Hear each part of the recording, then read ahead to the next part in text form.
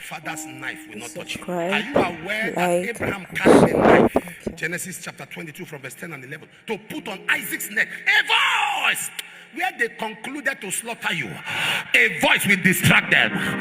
Where they concluded to slaughter you. A voice will distract them.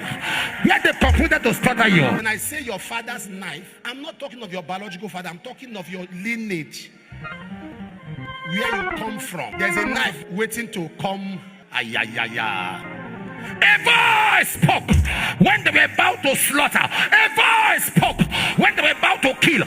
When they think they have concluded how to make you extinct.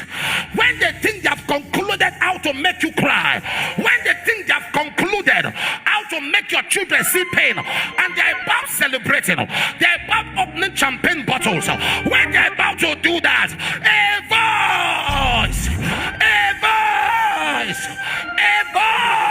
I am so excited that I serve a God who puts my pain into consideration, even without me saying it. I serve a God who observes me at my lowest level. I don't even need to talk about it.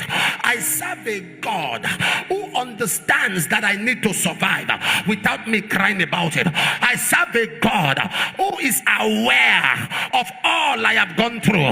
I serve a God who does not joke with my service. I serve a God who is a faithful God. I serve a God who is a rewarder of them that follows him. I serve a God who will not let me go stranded.